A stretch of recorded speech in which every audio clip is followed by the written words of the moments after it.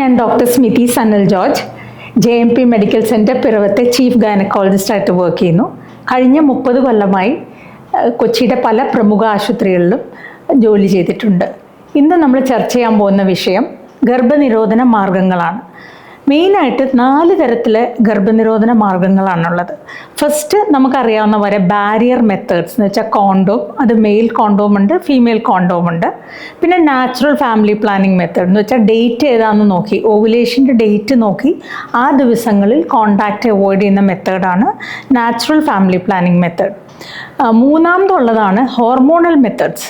Hormonal മെത്തേഡിൽ പലതരങ്ങളുണ്ട്. ഇപ്പം ഗുളികയുണ്ട്, ഇഞ്ചക്ഷൻ ഉണ്ട്, പാച്ച് അവൈലബിൾ ആണ്. അതേമാതിരി കോപ്പർട്ടി തരത്തിലുള്ള ഇപ്പോൾ ഹോർമോൺ റിലീസിങ് കോപ്പർട്ടി, എൻ്റെ പേര് മെറീന എന്നാണ്, അതും നിലവിലുണ്ട്. നാലാമത്തെയാണ് നമ്മുടെ ഇൻട്രാ യൂട്രൈൻ ഡിവൈസസ്, അല്ലെങ്കിൽ ഗർഭപാത്രത്തിൻ്റെ ഉള്ളിലിട്ട് ഇടുന്ന ഡിവൈസസ്. പിന്നെ നമ്മൾ ചർച്ച ചെയ്യുന്നത് ഈ ഗർഭപാത്രത്തിൽ ഉള്ളിലിടുന്ന ഡിവൈസസ് ആണ്. അതിനെയാണ് ഇൻട്രാ യൂട്രൈൻ ഡിവൈസസ് എന്ന് വിളിക്കുന്നത്.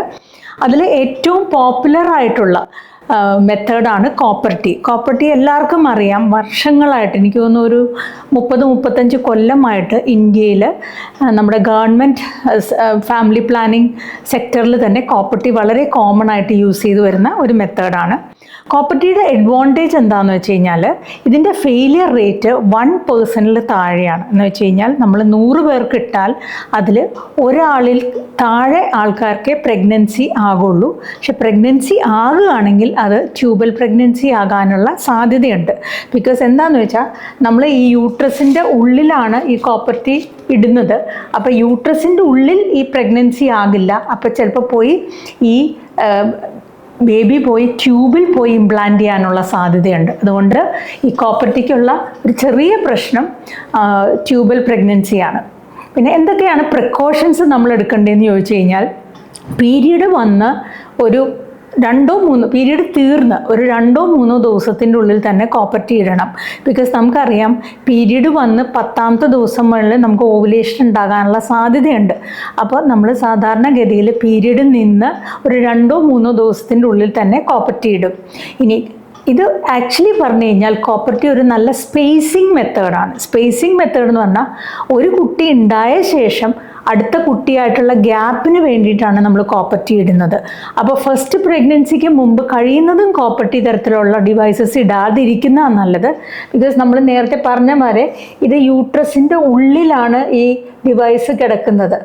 യൂട്രസിൻ്റെ ഉള്ളിൽ കിടക്കുന്നത് കൊണ്ട് ഇതിൻ്റെ വർക്കിംഗ് തന്നെ ഒരു ലോ ഗ്രേഡ് ഇൻഫ്ലമേഷൻ അല്ലെങ്കിൽ ഒരു നീർക്കെട്ട് ആ യൂട്രസിൻ്റെ ഉള്ളിൽ ഉണ്ടാക്കുകയാണ് ചെയ്യുന്നത്. അപ്പോൾ അത് ഫസ്റ്റ് പ്രഗ്നൻസിക്ക് മുമ്പ് നമ്മളത് അഡ്വൈസ് ചെയ്യാറില്ല. ഒരു കുട്ടി ഉണ്ടായ ശേഷം ഇടുന്നതാണ് നല്ലത്. പിന്നെ ചിലർ ഗവൺമെൻറ് ഹോസ്പിറ്റൽസിലൊക്കെ ഡെലിവറിയോടൊപ്പം തന്നെ, നോർമൽ ഡെലിവറി ആണെങ്കിൽ അപ്പം തന്നെ, അല്ലെങ്കിൽ സിസേറിയൻ്റെ സമയത്തൊക്കെ ഇട്ട് കൊടുക്കാറുണ്ട്. പക്ഷെ ഇങ്ങനെ ചെയ്യുമ്പോൾ എക്സ്പൾഷൻ എന്ന് വെച്ച് കഴിഞ്ഞാൽ ആ സമയത്ത് നമ്മുടെ ഈ ഗർഭപാത്രത്തിൻ്റെ വായ കുറച്ച് തുറന്നിരിക്കുമായിരിക്കും. അപ്പോൾ ചിലപ്പോൾ 2 ദിവസത്തിൻ്റെ ഉള്ളിൽ ആ കോപ്പർട്ടി പുറത്തേക്ക് ചാടിപ്പോകാനുള്ള സാധ്യതയുണ്ട്.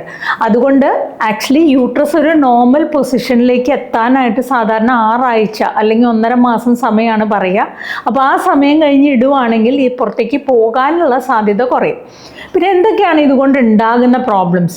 ബേസിക്കലി ഇത് വർക്ക് ചെയ്യുന്നത് ഈ യൂട്രസിൻ്റെ ഉൾഭിത്തിയുടെ ഉള്ളിൽ ഒരു ചെറിയ ഇൻഫ്ലമേറ്ററി റെസ്പോൺസ് വെച്ചാൽ, നമ്മളിപ്പോൾ വായയുടെ ഉള്ളിൽ ബ്രേസസ് ഇടാറുണ്ട്.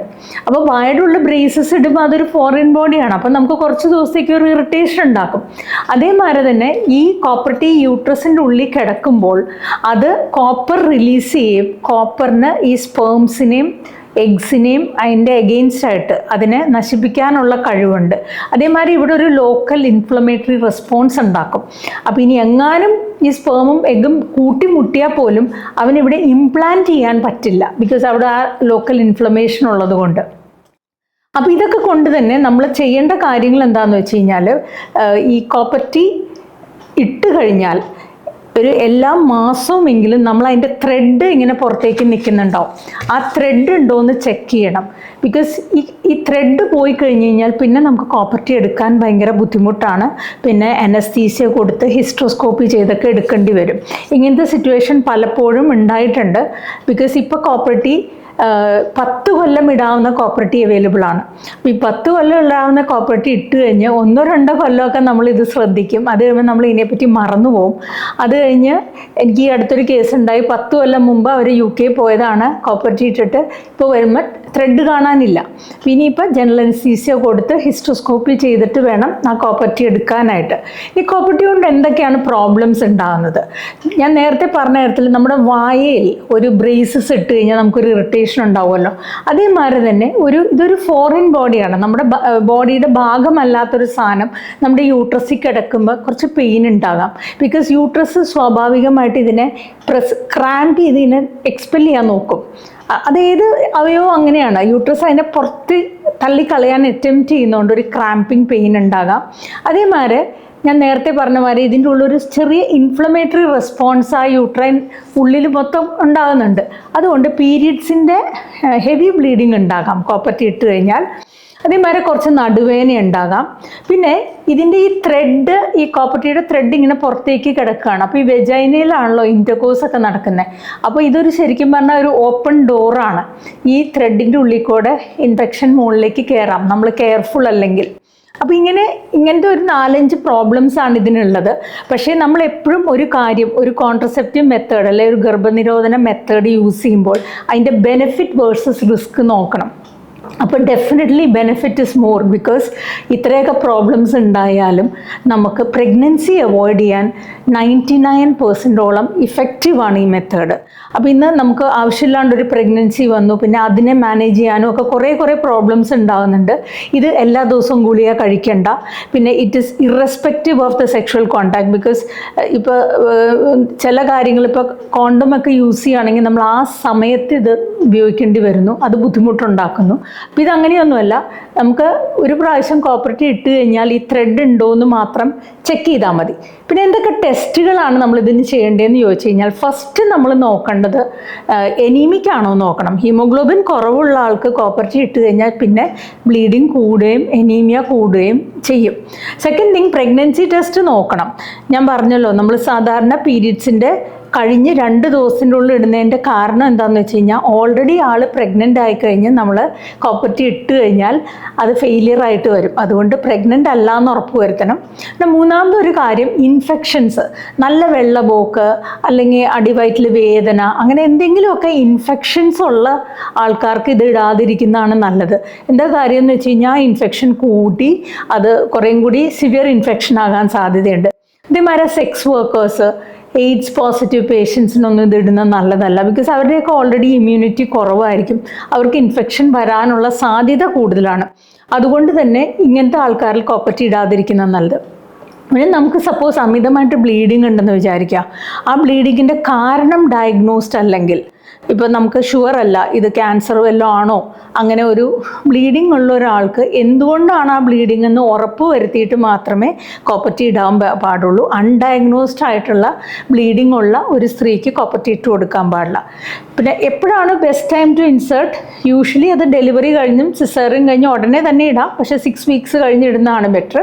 മെൻസ്ട്രൽ കപ്പിൻ്റെ വർക്കിങ്ങിന് ഇത് എഫക്റ്റീവ് എന്ന് ചോദിച്ചാൽ ഇല്ല. നമ്മൾ കോപ്പർട്ടി ഇട്ട് കഴിഞ്ഞ് അതിൻ്റെ ത്രെഡ് വളരെ ഷോർട്ടായിട്ട് കട്ട് ചെയ്യുക ചെയ്യുന്നത്.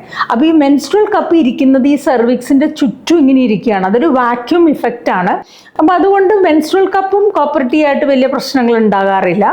പിന്നെ സെക്ഷുവൽ കോണ്ടാക്റ്റിൻ്റെ സമയത്ത് ഇഷ്യൂസ് ഉണ്ടാകുമോ എന്ന് ചോദിച്ചു കഴിഞ്ഞാൽ, ചിലപ്പോൾ ഈ ത്രെഡ് നീണ്ടു കിടക്കും. അപ്പോൾ ഈ ത്രെഡ് എന്ന് പറയുന്നത് ഒരു പ്ലാസ്റ്റിക്കാണ്.